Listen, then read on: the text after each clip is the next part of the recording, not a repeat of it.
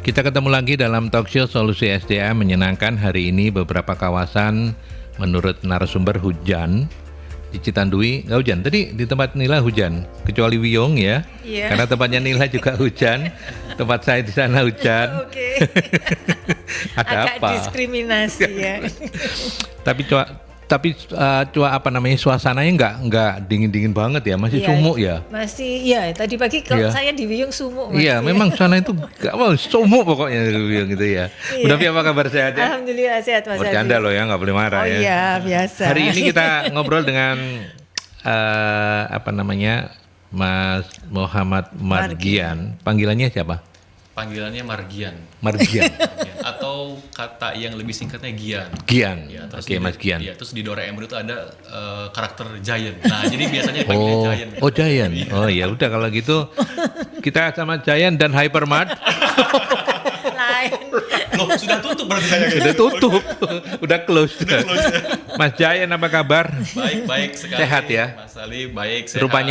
Rupanya nggak mau kalah sama Nyonya yang tempo hari sudah sempat ngobrol sama kita ya. Balapan ya. Balapan ya. Kalah Oke, ya. oke. Tapi kita hari ini akan ngobrol banyak tentang bagaimana berkarir di perusahaan global ya. Iya. Kita kenalan dulu, nggak kenal maka nggak sayang. Mas Giant ini, Mas Muhammad Margian ini adalah Diterus no. Loh, Loh, tapi emang iya Oh, gitu kok. ya? Doa ala Bu nggak Novi. ada masalah. Bu Novi minta dipanggil apa? Enggak. Novita. Novita. Novita aja, Novita. Mas Giant ini adalah SRBP Eksekutif PT Jiva Agriculture Indonesia. Apa ini PT Jiva Agriculture? Jadi ini perusahaan agribisnis. Mungkin lebih dekat ke mikrofon. Ya, perusahaan agribisnis khususnya atau spesifiknya agri-teknologi. Agri-teknologi. Betul. Jadi berbasis semuanya based on teknologi. Hmm. Sedangkan agribisnis itu biasanya dieratkannya susah nih dengan teknologi ya. Nah, tapi kami salah satu perusahaan yang kalau beda dibilang mempelopori sih tidak cuman melanjutkan lah ya tradisi teknologi yang saat ini memang sedang berkembang. Jadi perusahaan agri-teknologi gitu. Agri-teknologi. Betul. Kantornya di mana? Kantornya di Jalan Panglima Sudirman Oh, di Surabaya. di Surabaya. Pusat atau cabang ini? Surabaya ini. Cabangnya, untuk pusatnya di Jakarta untuk yang di Indonesia, untuk kami sendiri globalnya itu di Singapura. Di Singapura ya. Ini PMA ya? Ini PMA, Oh, pusatnya di Singapura. pusatnya di Singapura, dan ada di beberapa negara yang lain gitu, seperti di India, jadi Singapura, India, Indonesia. Tadi sempat dengar-dengar katanya yang terakhir proyeknya di Bolang Mongondo. Kalau itu proyeknya terpisah, beda. Oh, beda lagi. Oh, banyak proyeknya ya. Spill satu ya buat saya gitu. Iya. Tapi kalau misalnya Agri-teknologi. Ya, agritech itu kalau untuk ini Indonesia sudah semua ya. Sudah semua, ada beberapa, tapi kalau dibilang semua mungkin belum ya, tapi ada beberapa yang bisa masuk dan bisa sustain gitu, karena sudah masuk tapi ada yang tidak sustain juga gitu. Jadi untuk kami salah satu yang bisa masuk dan bisa sustain, dan saat ini kurang lebih sudah di tahun kelima. Jadi kami ada ketika COVID berlangsung. Jadi ketika COVID Oh, ini baru ya. baru. Jadi ketika COVID itu, mohon maaf mungkin ada turbulence untuk perusahaan-perusahaan lain gitu ya. Nah, kami malah membuat Naik ya. iya, betul. Malah ini ya. Jadi pada saat itu malah kami melakukan rekrutmen besar-besaran gitu ya, ketika mohon maaf mungkin pada saat itu banyak yang dirumahkan, banyak yang layoff, tapi kami malah sebaliknya waktu itu. Oke, berarti sampai hari ini so far so good ya. Sampai hari ini so far all good. Ya, so far all good ya. Dan apa saja yang dikerjakan oleh Jiva Agriculture ini? Baik, dari sisi bisnisnya sebetulnya kita ke komoditi. Ya, komoditinya ada di komoditi jagung gitu ya. Lalu juga kita Trading.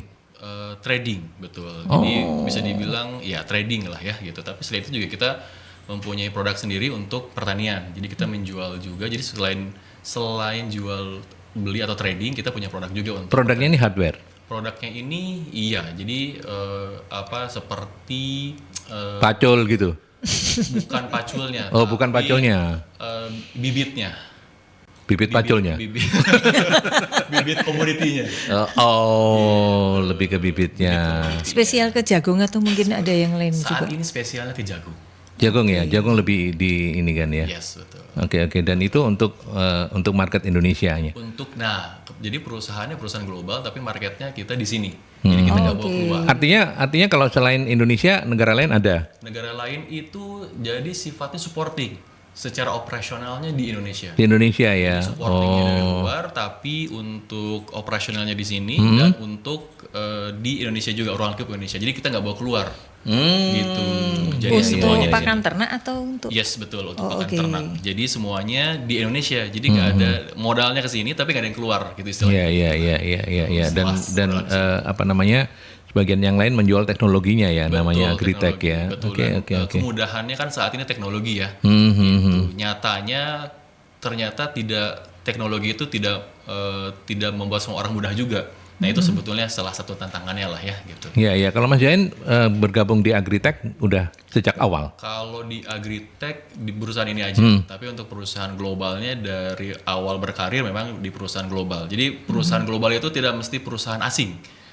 Tapi perusahaan global itu perusahaan yang memang punya networking atau punya istilahnya kalau zaman sekarang cabangnya ada di luar ya, malah kebalikan kan, cabangnya di luar. Nah jadi kalau beberapa tempat yang awal itu perusahaan globalnya itu perusahaan lokal tapi go global. Kalau yang saat ini itu perusahaan global yang ada di Indonesia.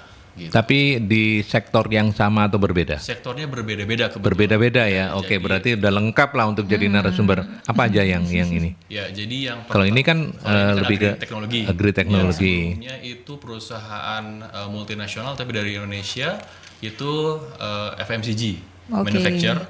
Selanjutnya juga perusahaan startup juga itu retail. Itu juga go global dan pasarnya pun ke Amerika. Gitu ya. Kalau yang saat ini dari global ada di Indonesia. Jadi dari sini ke sana, dari sana ke sini. Dari sana ke sini, dari sini ke sana gitu ya. Sana ke sini jadinya. Iya, sana sini. Tapi sebenarnya Mas Jain ini sesuai dengan namanya, sesuai dengan badannya gitu ya. Makanya kerjanya nggak bisa dia di perusahaan yang di mana tandas gitu, nggak bisa kayaknya ya. Nggak cukup masuknya itu ya. Iya. Bu Novi, kita mau bicara apa hari ini tentang perusahaan global ini? Iya, jadi kan karena sebenarnya peluang karir itu ada di mana-mana gitu, Betul. Mas, gitu. Dan salah satunya adalah di perusahaan global.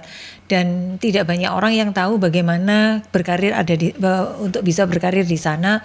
Termasuk mungkin, nah kalau ini kan kita sharing supaya kemudian jadi dapat pemahaman, supaya kemudian mereka yang keinginannya berkarir itu bukan hanya jadi pegawai negeri, masuk BUMN atau kerja apapun lah kayak gitu. Tapi ini menjadi salah satu pilihan karir baik dari sahabat Merkuri secara langsung atau mungkin putranya yang sedang bersiap-siap berkarir kayak gitu sih. Sehingga ini saya harapkan bisa membuka wawasan bahwa berkarir di perusahaan global itu seperti ini gitu. Banyak benefitnya meskipun ada juga tantangannya. Terus ya bagaimana sih supaya tips-tipsnya tadi bisa sukses seperti yang sudah dilakukan oleh Mas Jayan. Iya, dari Mas Jayan, apalagi pengalaman beliau artinya jejak digitalnya udah lengkap gitu ya. Sejak awal memang di perusahaan global ya. Sejak awal di perusahaan global. Sejak awal di perusahaan global. Nah, ini mungkin bisa diawali dengan peluang-peluang apa sih yang bisa dimanfaatkan oleh para anak-anak muda kita, profesional muda kita untuk bisa join di perusahaan global.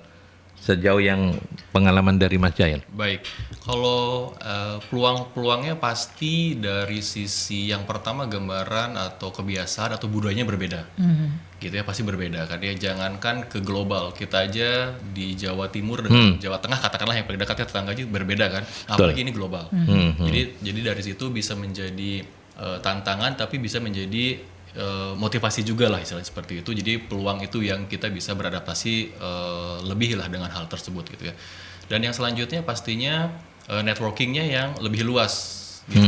Saat ini mungkin saya tinggal di Surabaya ya, networking paling jauhnya Jawa Timur mungkin ya, di Lamongan di mana gitu. Tapi kalau kita bekerja di perusahaan global ya berarti networkingnya tergantung perusahaannya datangnya dari mana atau kemana keluarnya. Nah itu jadi kita bisa berkoneksi dengan negara tersebut gitu. Jadi kan kita juga ada mitra ya atau networking di sana, jadinya pastinya peluang-peluang tersebut lebih terbuka. Dan ketika sudah peluang tersebut terbuka, jadinya ada hal-hal yang baru yang bisa memacu kita untuk lebih dalam bekerja ya, bukan hanya dalam bekerja tapi karena koneksinya itu bukan hanya kerja kan setelah itu kan. Nah, setelah itu baru kita bisa menjalani koneksi-koneksi yang lain. Jadi kurang lebih peluang-peluangnya itu, dan bagaimana mengadaptasi teknologi dunia itu bisa lebih update lah, bisa lebih cepat gitu ya. Walaupun Indonesia juga sebetulnya tidak ketinggalan, update juga gitu ya.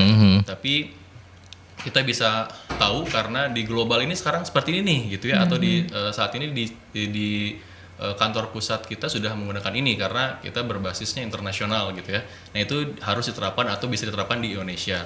Nah baru mungkin beberapa bulan atau beberapa tahun kemudian hal tersebut baru masuk di Indonesia. Jadi kita bisa tahu lebih cepat lah dengan keadaan di internasional, di keadaan global. Ya, dari pengalaman selama ini Mas Jayan, Jujurli ya ini ya, Jujurli ya. Iya. Gimana nih? Bagaimana perusahaan global itu melihat SDM kita? Apakah mungkin agak sedikit underestimate begitu ya? Wong Indonesia iki biasanya ini gitu ya, atau gimana pengalaman Anda? Enggak kok, sama aja gitu. Baik, kalau dibilang jujurli nih ya, jujurli karena bisa dibilang Indonesia itu untuk di luar global itu potensial dari segi kekayaan alamnya, gitu ya. Tapi ketika masuk dan harus mengutamakan SDM yang di lokal Indonesia, ya jujurli memang agak kesulitan, gitu. Jujurli agak kesulitan oleh karenanya mereka untuk beberapa posisi-posisi tertentu harus dari negara mereka masing-masing. Gitu. Lebih karena kompetensi atau karena apa namanya? Kedekatan emosional. Ya kalau Jepang itu kan lebih mendahulukan apa ya istilahnya, semangat kebangsaan ya, persaudaraan iya, itu atau karena apa sepanjang yang kompetensi bisa juga, dan jadi kita yang harus adaptasi di sana, gitu. Jadi kita harus ke sana, jadi ke adaptasinya ya. Sedangkan mereka itu mau kemanapun, salah satunya ke Indonesia, mereka ya budaya mereka. Nah gitu, jadi biar komunikasinya lebih cepat, lebih gampang untuk beberapa posisi memang dari negara-negara sana. Dan baru dari sana itu sifatnya untuk posisi tersebut bisa menyesuaikan dengan yang lokal, gitu. Jadi seperti itu. Tapi maksudnya bukan berarti Indonesia parah banget nih kemasannya, enggak. Tapi untuk beberapa hal saja gitu ya. Tapi untuk di hal lainnya gitu, itu kita memang mampu bersaing gitu ya, apalagi dengan di negara Asia Tenggara kita sendiri gitu ya. Kalau dibandingkan dengan Asia Tenggara, kita salah satu yang SDM yang bisa dibilang mampu bersaing dah. Mampu bersaing. Jadi ya mohon maaf ya, jujurli tadi itu ya kita mungkin levelnya masih agak juara sedikit lah di Asia Tenggara ya. Kalau ditarik dikit di Asia gitu mulai kurang, internasional ini makin berkurang gitu ya. Gitu. Tapi at least di level Asia Tenggara masih oke, karena untuk beberapa hal itu why not go to Indonesia untuk beberapa hal ya. Iya.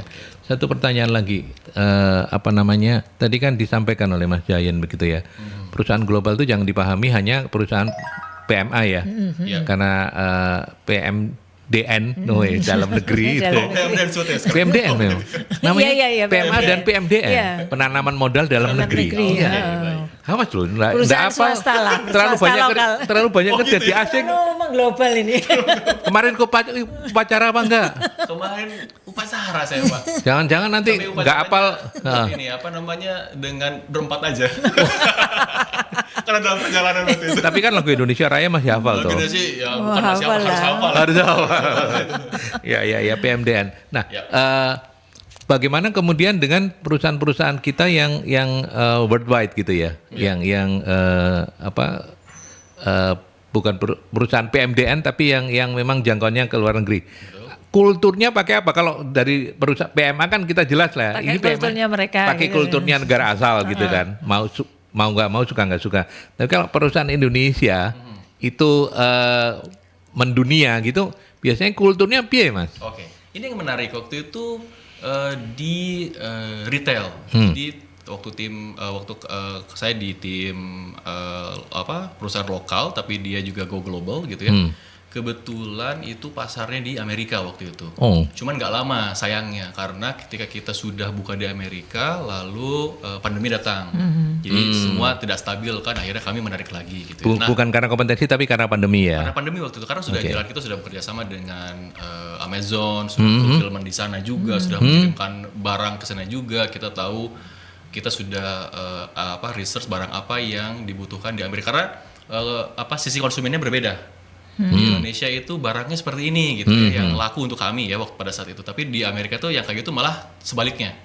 Jadi tidak laku. Jadi barang itu sudah ada. Nah, terus menggunakan pendekatan seperti apa? Yaitu ini lucunya, karena waktu itu kami ada di Bandung kebetulan gitu. Jadi culture-nya culture Bandung gitu ya. Dan kita buka di Amerika. Jadi tetap saja untuk culture-nya dari kami, tapi tetap kita menyesuaikan juga dengan yang di sana. Dan menyesuaikan di sana itu lebih ke jamnya sebetulnya. Karena kan di sana dengan di Indonesia 12 jam bedanya rata-rata. kan 12 jam ya. Jadi di kita bekerja, di sana tidur. Tapi di kita tidur, mereka belanja. Gitu. Dan sedangkan customer service-nya, call service-nya waktu itu dari Indonesia.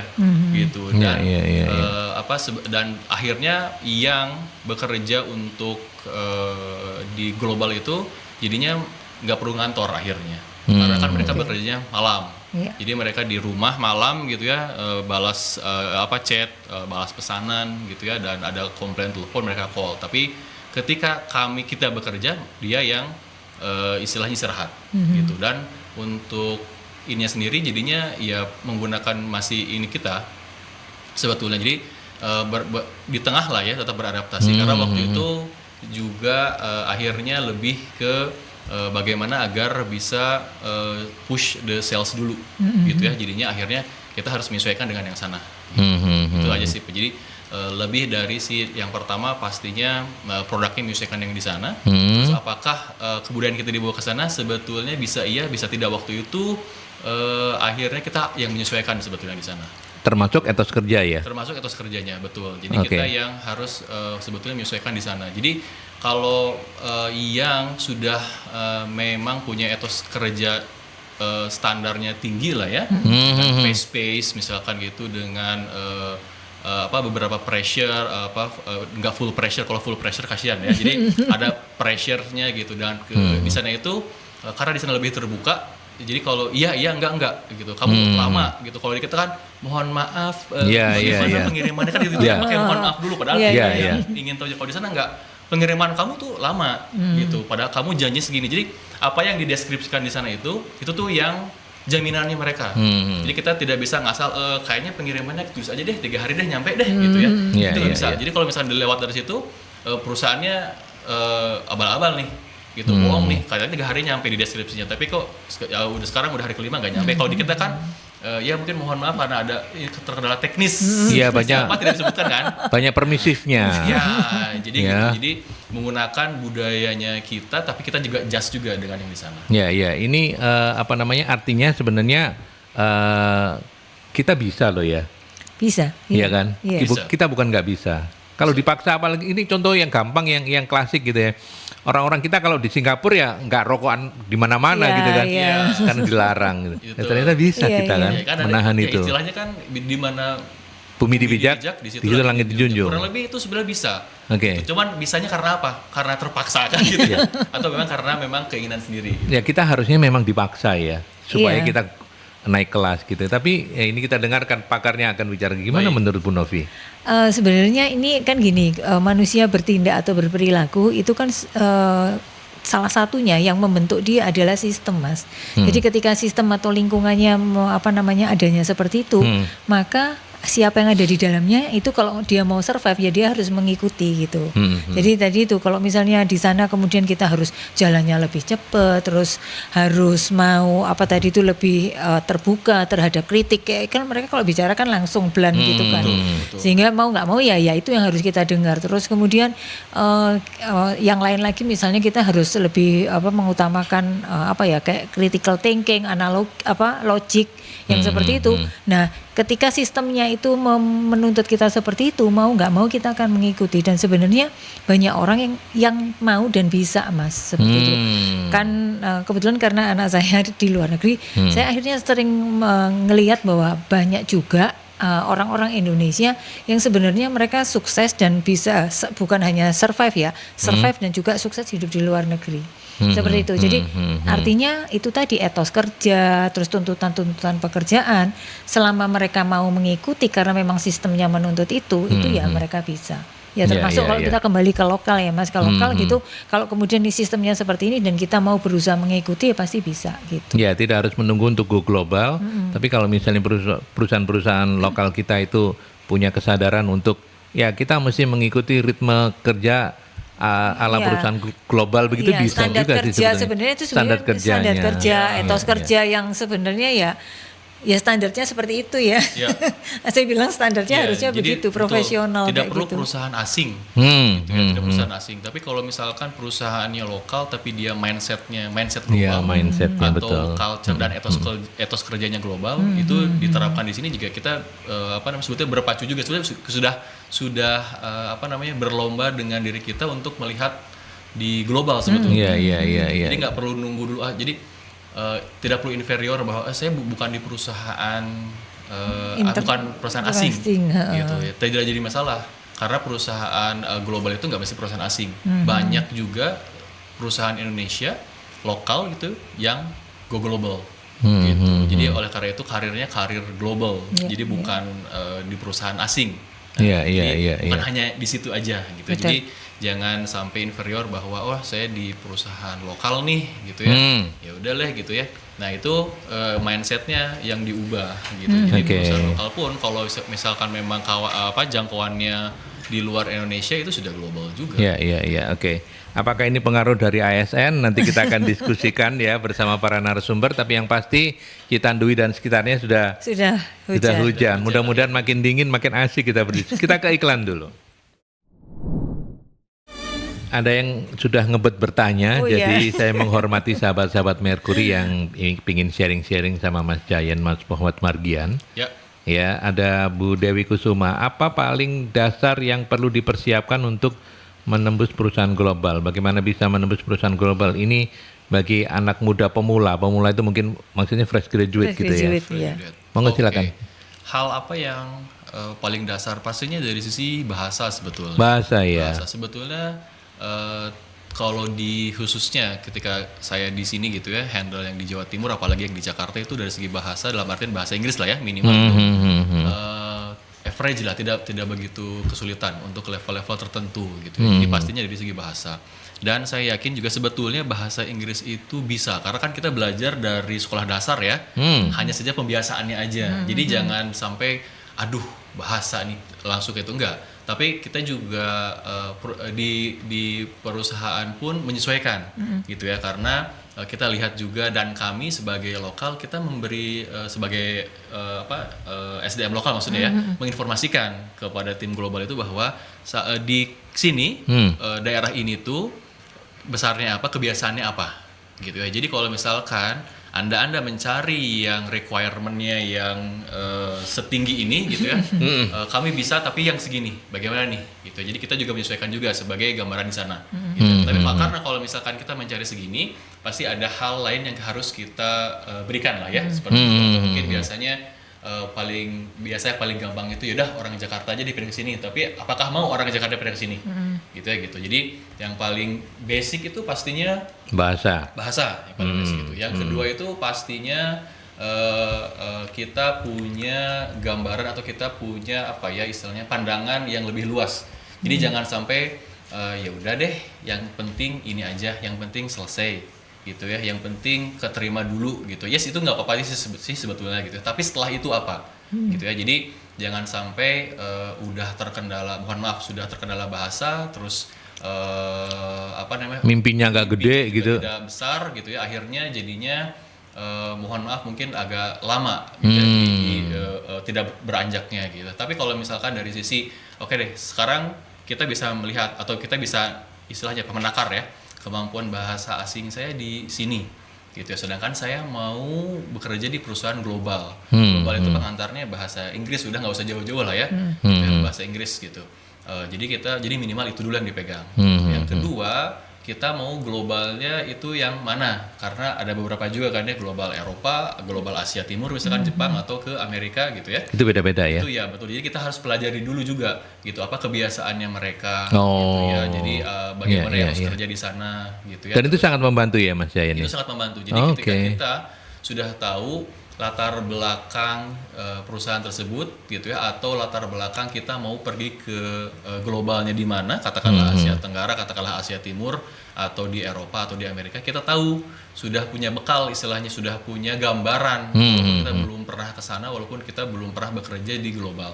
Itu paling yang perlu dipersiapkan. Dipersiapkan ya. Saya ke Bu Novi yang sebenarnya Mas Jayan juga punya, tapi untuk membagi supaya Bu Novi juga bersuara ya. Oh iya. Kan kalau enggak bersuara digaji kok ya. Iya, Digaji iya. sama Bu Novi sendiri maksudnya.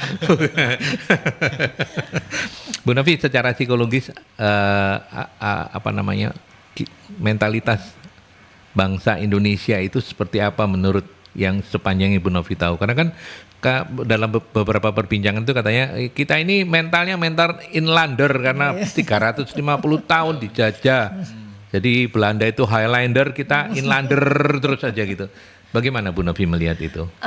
Ini jawabnya agak susah ya, agak susah karena begini. Mungkin kalau secara umum saya katakan sebenarnya tidak ya. Sebenarnya tidak ya. Saya berani mengatakan bahwa secara umum sebenarnya tidak. Apalagi anak-anak Gen Z gitu ya. Kalau anak-anak Gen Z ya gitu. Nah, sebenarnya inlander itu kan lebih ke inferiornya sih. Apa ya? Kita itu terlalu sungkanan itu aja sih. Sungkanan terus Mungkin itu. Nah, nggak pedean ya itu, gitu kan. itu, Enggak apa wis gak namanya? iso aku gini Nah, kayak betul. gitu-gitu. Jadi kayaknya menurut saya itu yang kalau saya lebih- bahasa Jawa ngerti ya?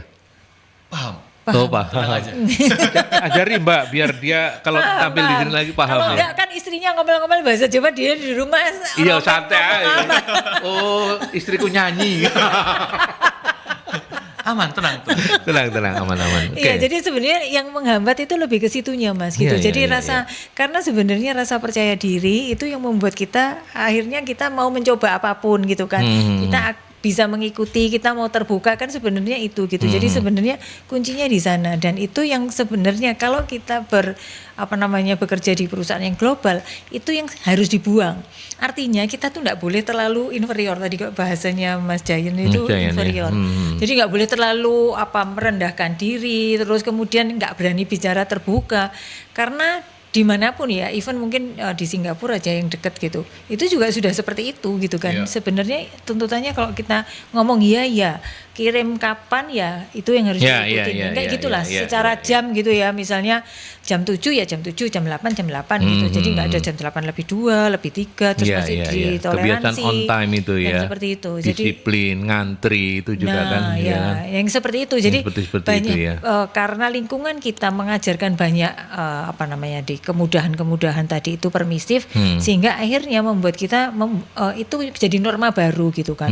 Norma baru yang kemudian kita bawa kemana-mana. Nah, kalau kemudian kita ketemu tempat kerja, mau di lokal, mau dimanapun, yang kemudian membuat setting profesionalisme seperti itu, ya harusnya yang kita bisa ngikutin. Karena kalau kita sudah seperti itu, mau kerja dimanapun itu sebenarnya kecil gitu loh, Mas. Kecil itu maksudnya nggak ada yang sulit gitu. Ya, tinggal kita mau atau nggak mengikuti seperti itu. Iya. Mas Jayan yang sudah sekian lama punya pengalaman ya, fighting spiritnya, ngomonglah yang mungkin lebih kekinian. Anak-anak Gen Z so far so good atau orang Indonesia ini pancet ay. Sepanjang pengalaman Anda aja deh. Ya, karena Gen Z itu dibesarkan oleh teknologi ya.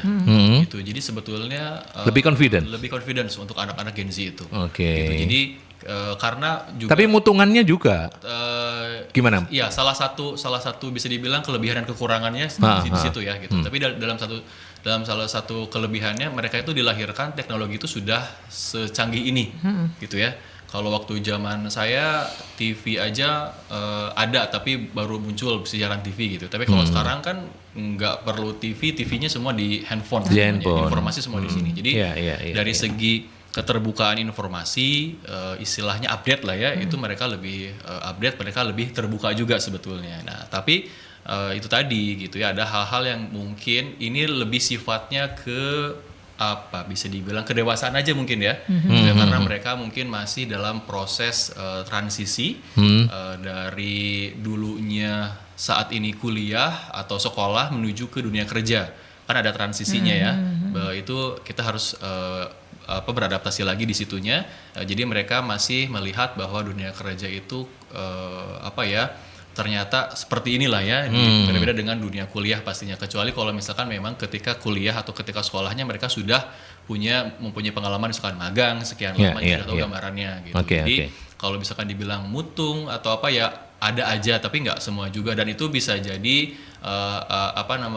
harusnya bisa jadi titik baliknya mereka. Average masih good ya? Masih good untuk teman-teman. Oke, baik. Kita ke penelpon. Mercury, selamat pagi. Selamat pagi. Silakan, Pagi, Mas. Ini dengan perusahaan agro apa ya? Pertanian ya? PT Jiva Agriculture. Agriculture. Ya. Untuk benih, jualan benih ya? Benih ya? Salah satunya Salah satunya ya. Salah satunya. Kalau salah tiganya berapa? Salah tiganya tiga berarti 7 berarti. Salah tiga dekatnya Semarang, Mas. Mau nanya. Salah tiga itu Jawa Tengah. Ya. Ya Mas Aldi, komen apa ya? Oh ya, selamat ulang tahun dulu untuk Republik ke-80 tahun. Walaupun Republiknya belum baik-baik saja. Ya. Saya mau nanya, ini kan tadi kan katanya menyalahkan Gen-Z. Saya pikir kurang setuju ya. Kalau Nggak ada yang menyalahkan, menanyakan ya betul. Kalau menyalahkan belum.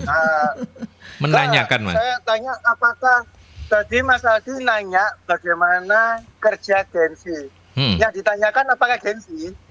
Yang jadi narasumber apakah orang Gen-Z? Saya bukan orang Gen-Z, tapi saya ternyata dulu memang ada salah stereotip kalau saya melihat Gen-Z begini. Tapi ternyata setelah saya lihat juga banyak perusahaan yang kurang melek dan tidak mau menerima Gen-Z. Gen-Z bukan nggak mau bekerja, tetapi kesempatan kerja itu kadang perusahaan yang tidak mau memberikan kesempatan.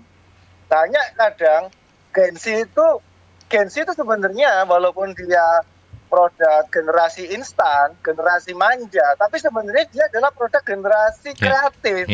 Saya nggak bela Gen-Z, tapi kita harus lebih lihat dari sisi yang lain. Tapi ya monggo kalau nanti kalau komentar saya ditangkal, ya nggak apa-apa, itu pendapat saya aja. Jadi Gen-Z ini kita banyak perusahaan, contoh ini anak magang. Ini ada kasus yang saya lagi sharing sama temen kemarin, ketemu. Saya pikir baik-baik aja. Kamu magang di hotel mana? Hotel Bintang 5. Bintang 5 berarti kan hotel global dong. Mana mungkin Bintang 5 itu hotel Merah Muda atau hotel yang sehari cuma 100. Setelah aku tanya, dia sudah magang sebulan. Dia ternyata mau ngunduran diri. Aku nanya, kenapa? Kan namanya dunia kerja begini-begini. Enggak gitu. Aku itu tiap gaya laporan disalak-salak no.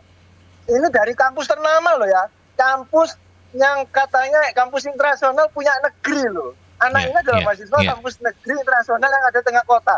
Nah, hotel Bintang 5 ini nyala-nyalakan kamu apa laporan gak becus gini. Sampah ini gini.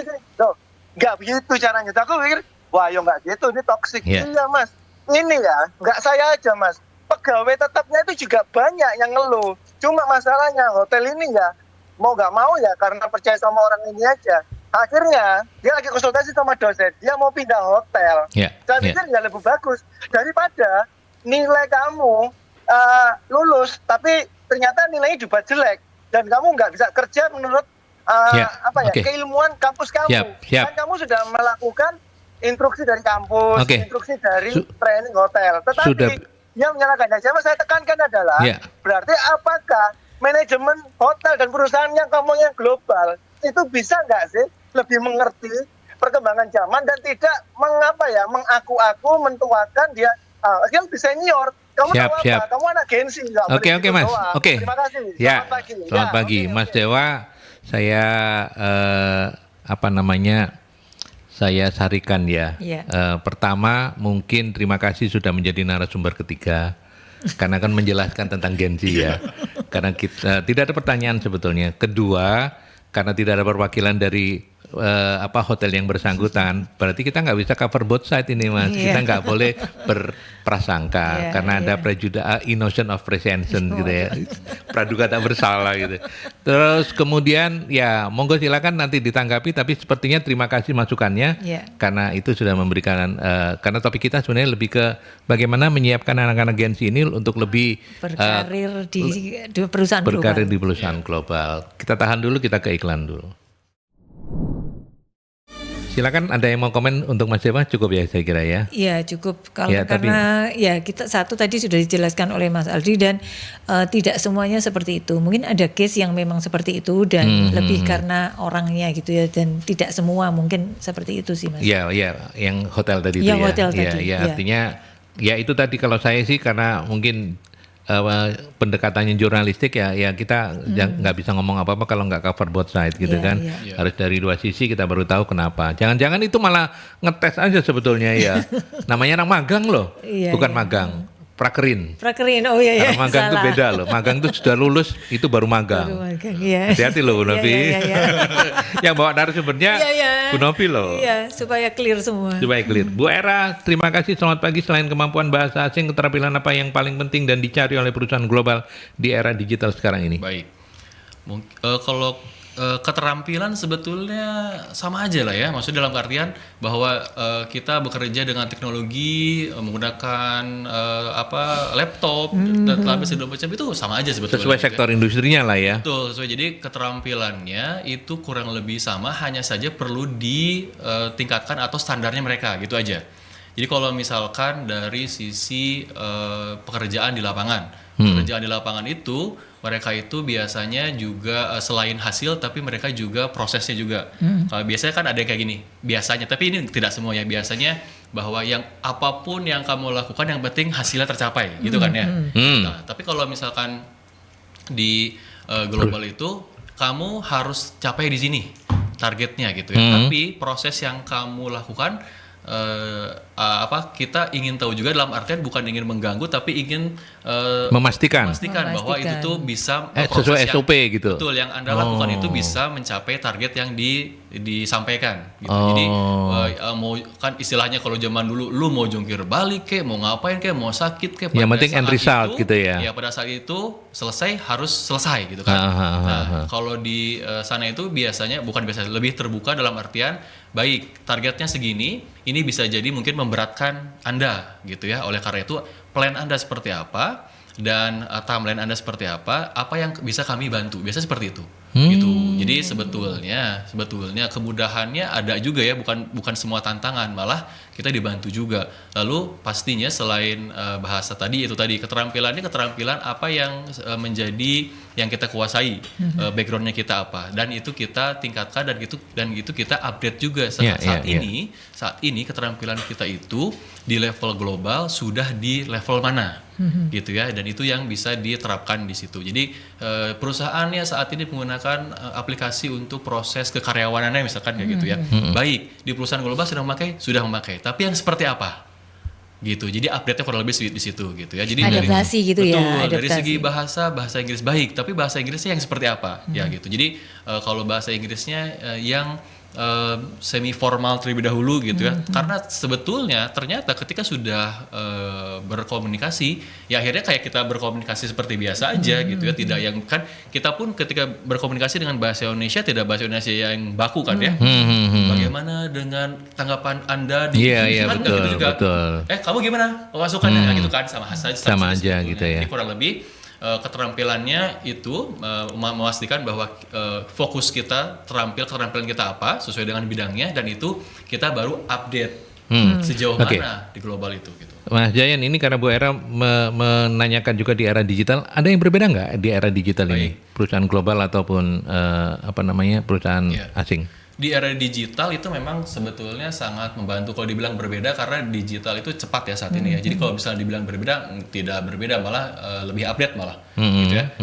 Di kita sudah menggunakan software tertentu gitu ya, dan itu tuh softwarenya dari luar, jadi kita bisa lebih update aja menggunakan software tersebut. Jadi ketika kita sudah go live di sini, baru proses preparation atau training lah istilahnya kayak gitu. Jadi kita jadi dari secara teknologi sebetulnya kurang lebih sama gitu ya. Yang membedakan itu ininya kita aja sih sebetulnya ya. Kita mau upgrade enggak gitu ya ke ruang lingkup yang lebih luas. Gitu sih sebetulnya. Oke. Menufi mau menambahkan. Ya, jadi kalau dengan seperti itu Mas, sebenarnya yang dibutuhkan tuh adalah mindsetnya gitu. Jadi bagaimana kita mau terbuka gitu. Etos kerjanya. Ya gitu betul. Ya. Jadi kayak di sana di luar lah, kita bicara di standar di luar itu kan orang nggak cocok, nggak sesuai, itu ngomong apa adanya gitu kan. Diskusi itu biasa gitu. Jadi kalau kita diskusi, kalau di sini kan pokoknya gitu ya. Mungkin kebanyakannya seperti itu. Kalau di sana diskusi itu biasa. Jadi sebenarnya kemampuan-kemampuan seperti itu yang akan membantu kita untuk bisa beradaptasi seperti yang disampaikan oleh Mas Jayan tadi. Jadi dari mindsetnya yang seperti itu membuat kita mau beradaptasi. Selain itu adalah ini Mas, agile. Agile itu ya lincah kayak gitu ya. Kayak gitu. Jadi kita nggak bisa misalnya kita mau kerja di perusahaan global, tapi kita mau ini adanya memang seperti ini, jadi tolong pahami saya. Nah itu nggak bisa. Itu nggak bisa, nggak usum ya. Nggak usum. Seperti itu. Jadi ya dia harus menyesuaikan dengan tuntutan yang ada. Terus yang mungkin tidak kalah pentingnya itu adalah ini cultural intelligence Mas. Jadi kecerdasan budaya, karena itu tadi juga sudah di awal disampaikan, bukan hanya dengan beda bangsa, tetapi kita pun beda suku, sama-sama di Jawa. Kita orang Jawa. Ya, ini satu Sunda. Itu kan kita memahaminya kan sudah beda. Betul. Gitu Mas. Beberapa hal itu bagaimana kita memahami bahwa kok di culture sana yang seperti ini dianggap baik, di sana tidak baik gitu ya. Meskipun sebenarnya maksudnya sama, tetapi di sana norma-normanya tidak memungkinkan seperti itu. Nah, yang begitu-begitu itu kita harus tahu Mas. Jadi kecerdasan budaya itu penting karena apa? Apalagi kalau pekerjaan kita ini berhubungan dengan banyak orang, di mana kita ini sering harus meyakinkan orang, terus kemudian mempersuasi mereka, menggolkan sebuah proposal yang kaitannya impactnya kepada orang banyak. Nah, orang banyak di sana ya Mas. Nah, terus berhubungan dengan atasan. Nah, atasan yang beda budaya. Nah, kita harus tahu itu nilai-nilai apa yang dibawa budayanya dia. Meskipun kita nggak meninggalkan nilai-nilai prinsip kerja yang utama yang profesionalisme tadi. Ya, dari Bu Novi saya mencatat satu hal yang mesti garis bawah adalah agar kita tidak culture lag gitu ya. Cultural lag itu kan penting banget ya Mas Jayan. Yes, betul. Ya kan, maka kita mau nggak mau, suka nggak suka, kita mau bekerja di mana kita mesti paham betul nih orang kayak gimana ini kesehariannya, gimana pola kerjanya gitu ya Mas Jayan. Ya, betul. Malah yang bisa dibilang pengalaman menarik gitu ya, ketika ketika kami sedang bekerja seperti biasa, tiba-tiba ada rekan kami orang asing memang itu datang dengan laptopnya lagi meeting dengan baju lengan pendek gitu ya dan celana pendek, datang ke kantor biasa. Ini tolong dong gitu. Seperti apa nih, gimana laptopnya tidak berfungsi gitu. Untuk sebagian orang mungkin itu bisa menjadi di kantor, sopan gitu ya. Gila di kantor pakai celana pendek atau apa gitu ya. Nggak sopan betul gitu ya. Tapi bagaimana kita delivernya dalam artian ya celana pendek tapi target saya masuk nih gitu ya. Nah, ada hal-hal seperti itu juga gitu yang kamu masuk pakai celana pendek, pakai sendal jepit gitu ya, pakai baju terbuka untuk laki-laki waktu itu selengan gitu. Tapi dia di meetingnya serius, bisa dia deliver dan targetnya tercapai gitu ya. Dan apa yang perlu dimasalahkan? Nah, itu sih paling mindset seperti itu. Kalau di kita kan datang ke kantor ya rapi gitu ya dan bekerja gitu ya, walaupun nggak tahu di dalamnya kerja atau enggak sebetulnya gitu kan. Itu bisa kebalikan mungkin gitu. Nah, jadi kurang lebih yang menariknya seperti itu. Jadi itu tadi ya, culture intelligence. Culture intelligence. Oke, baik Pak Eko sekarang. Selamat pagi Pak Eko. Betulkah bekerja di perusahaan global selalu lebih menjanjikan dibandingkan perusahaan lokal katanya? Dan betulkah perusahaan global lebih banyak membuka peluang atau ini sebetulnya justru menciptakan kesenjangan baru? Mudah-mudahan bisa dipahami. Iya, pertanyaannya apakah menimbulkan kesenjangan baru? Menurut saya itu ya pertanyaan yang menarik sih. Silakan Bu Novi dulu karena Bu Novi sudah. Oke. Jadi kalau mungkin karena saya yang paling ingat adalah yang terakhir gitu, apakah menimbulkan kesenjangan baru? Menurut saya kok tidak ya. Justru ketika kita bekerja di perusahaan global ada banyak nilai-nilai baik yang kemudian kita jadi upgrade. Menurut saya kok seperti itu. Gitu. Artinya cara kerja kita ya kita menuju cara-cara kerja yang internasional diterima gitu Mas. Artinya ketika kita biasa dengan standar yang dikatakan tinggi, maka dengan kita untuk mengerjakan hal-hal yang sifatnya mungkin di bawah itu menjadi kecil gitu. Artinya kemampuan kita menyelesaikan masalah, kemampuan kita mengerjakan hal-hal menjadi lebih banyak, lebih bervalue added, itu menjadi lebih besar gitu. Dan ketika kemudian etos kerja, cara-cara kerja kita ini sudah mengikuti standar yang tinggi, kayak tadi misalnya sesuai dengan waktu, sesuai dengan standar kayak gitu kan. Terus kemudian juga kecepatan penyelesaiannya sesuai dengan waktu, itu artinya sesuai dengan ini, tetapi kecepatan bagaimana kita misalnya bisa deliver lebih cepat. Nah itu kalau kita bawa dan kita sudah terbiasa seperti itu, akan menjadi sesuatu yang luar biasa, dan menurut saya ini justru menaikkan kualitas dari si karyawan tersebut, bisa menarik lingkungannya untuk bisa berperilaku seperti itu. Dan kalau di ekosistem atau lingkungan yang lebih kecil bisa seperti itu dan kemudian berkembang menjadi lebih banyak, itu justru sesuatu yang luar biasa. Jadi tidak ada kesenjangan, justru tadi itu kita menaikkan level kemampuan kita seperti itu. Oke. Dua pertanyaan berikutnya saya tanyakan untuk dipertegas oleh Mas Jayan ya. Benarkah perusahaan global lebih menjanjikan dibanding perusahaan lokal? Betulkah perusahaan global lebih banyak membuka peluang? Baik, membuka peluang dalam artian rekrutmen ya ini ya. Jadi ini menjadi tambahan atau menambah pilihan saja sebetulnya. Alternatif ya. Menambah alternatif, betul.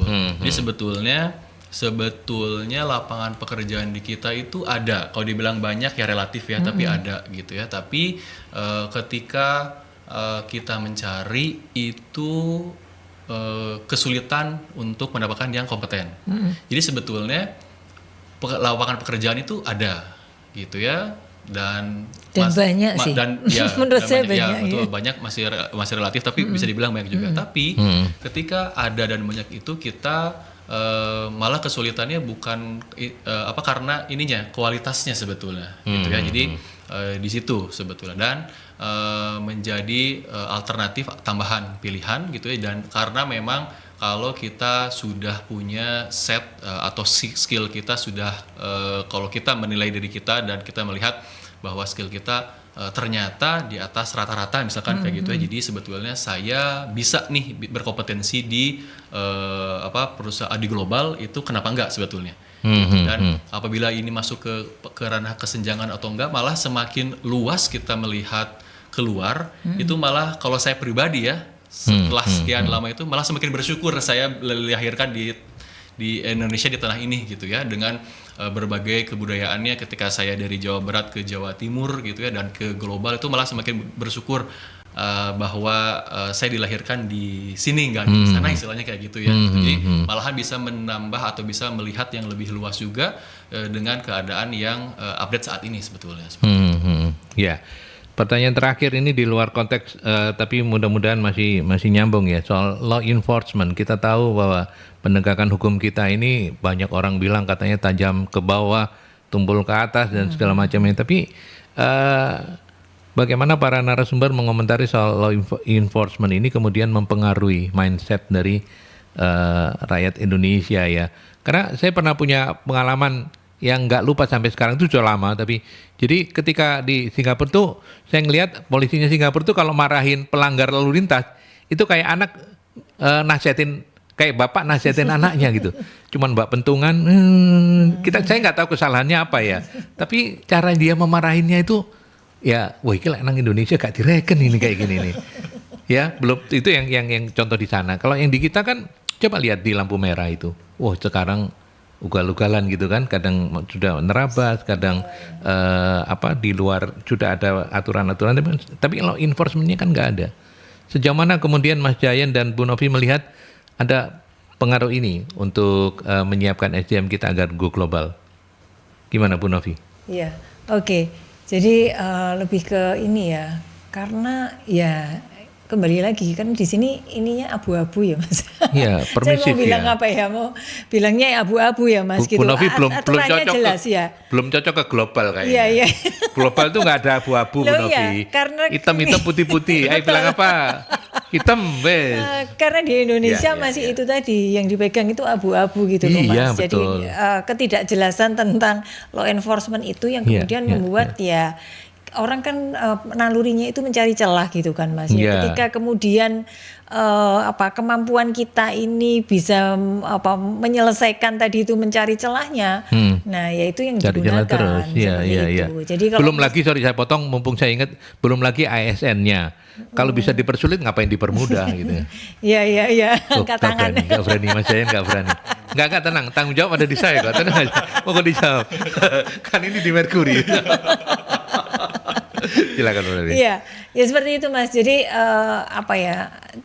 tapi sebenarnya kayak misalnya saya lihat nih, misalnya kereta api gitu ya, udah jamnya on time, On gitu time, ya. iya, Mau iya. ketinggalan, mau gedebak-gedebuk gitu, mau Iya, iya, sudah iya. ini ya wes selisih 2 detik pintunya nutup ya Iya, udah iya. selesai kan Nah, gitu. kereta api ini kan contoh yang baik juga sebenarnya. Iya. Bagaimana ketika dulu kita selalu molor, Iya, iya. sekarang on time Oke, terus iya, gitu kan. pesawat gitu kan. Iya. Meskipun kadang kalau pesawat kita masih lihat Masih delay-delay.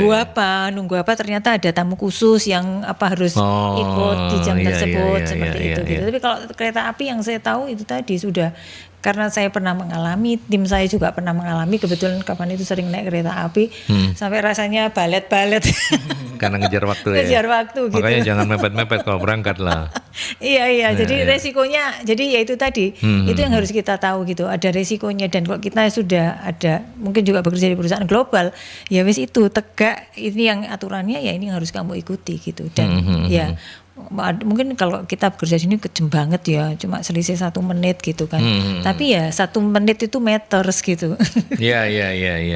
Jadi Mas Jayan nggak usah ragu-ragu menjawab, karena mungkin law enforcement-nya kita kecilin deh untuk di Pekerjaan. aturan-aturan perusahaan Iya. saja. Gitu. Baik, kalau sebetulnya itu apakah mempengaruhi atau tidak gitu ya? Ya bisa iya, bisa tidak juga gitu ya.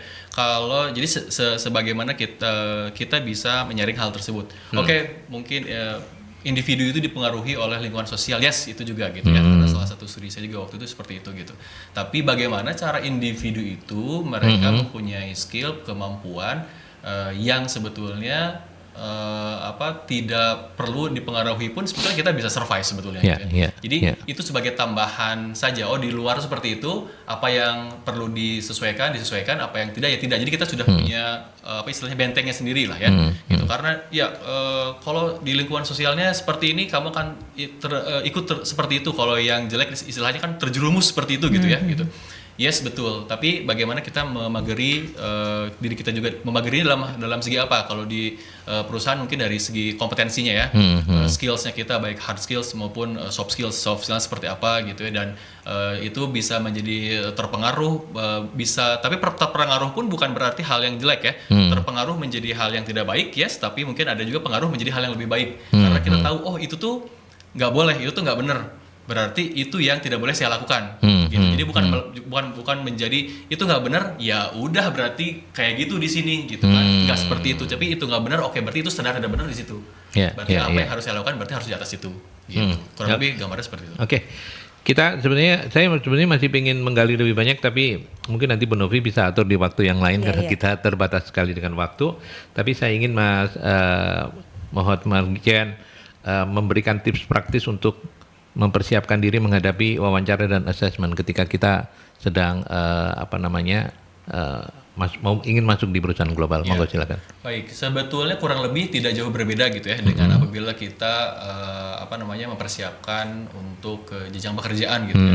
Yang pertama, tapi mungkin yang mungkin berbedanya, yang pertama kita persiapkan dari segi bahasanya. Bahasa itu penting ya. Otomatis kita nggak mungkin dong kirim lamaran menggunakan bahasa Indonesia ya, gitu ya, dan itu menggunakan juga template bahasa Inggris. Gitu. Terus juga kita bisa mempersiapkan dengan simulasi kita aja gitu ya. Misalkan salah satu metode yang paling gampang yang diajarkan waktu kuliah dulu juga sama, kita berinteraksi dengan diri kita mulai cermin.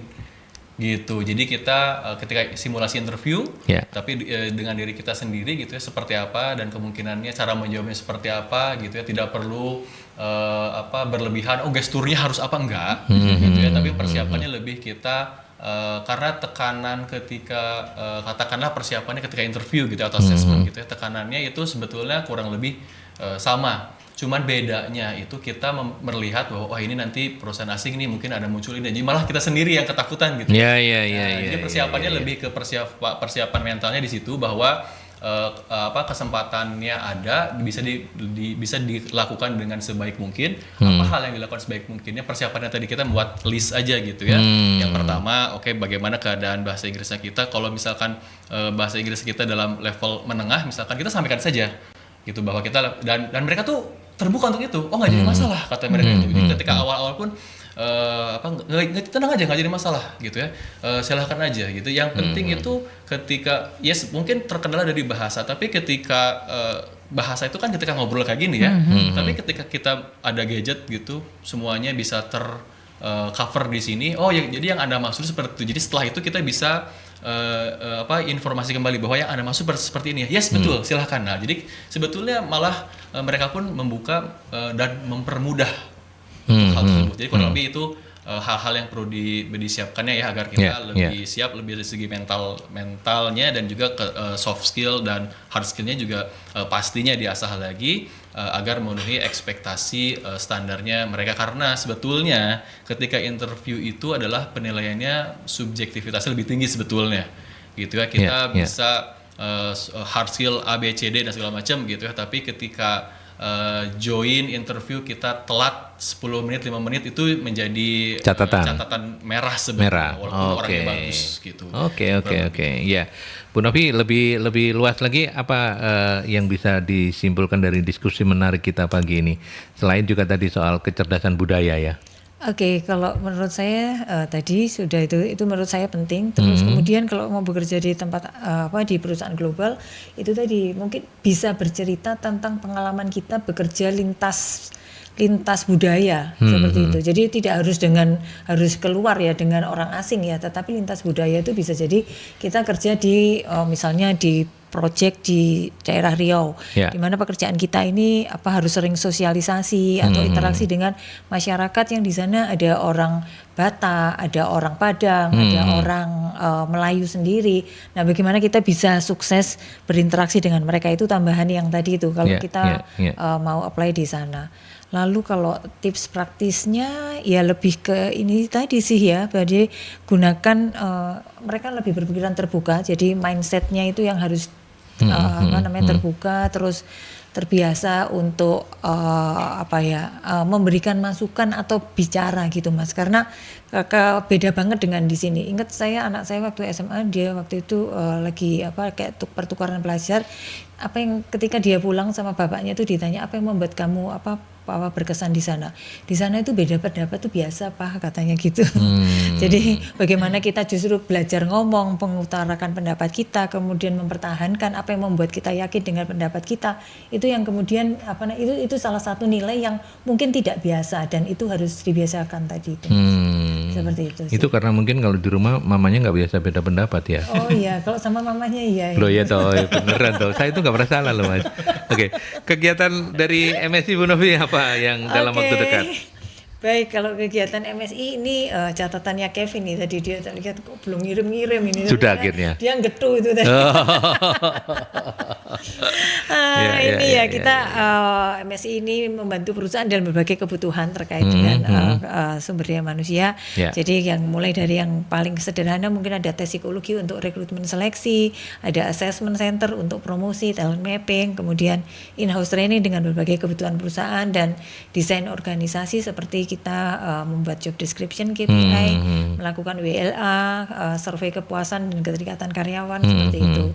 Dan nanti kalau pelatihan dan sertifikasi yang jalan rutin nanti di 23 Agustus minggu depan, manajemen SDM jalan di minggu depan, pelayanan prima dan public speaking. Nanti akhir bulan ada TOT dan digital marketing. Iya. Kalau Anda tertinggal jangan lupa nomornya 0811 340 5557. Terima kasih banyak. Yang pertama untuk Mas Muhammad Margian, SNBP Eksekutif PT Jiva Agriculture Indonesia. Sukses terus, sehat-sehat. Terima kasih.